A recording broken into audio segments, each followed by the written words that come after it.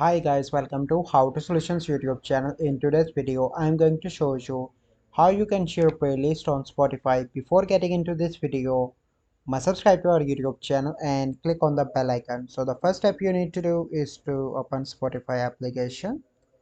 Once you open Spotify application, you simply need to click on your library.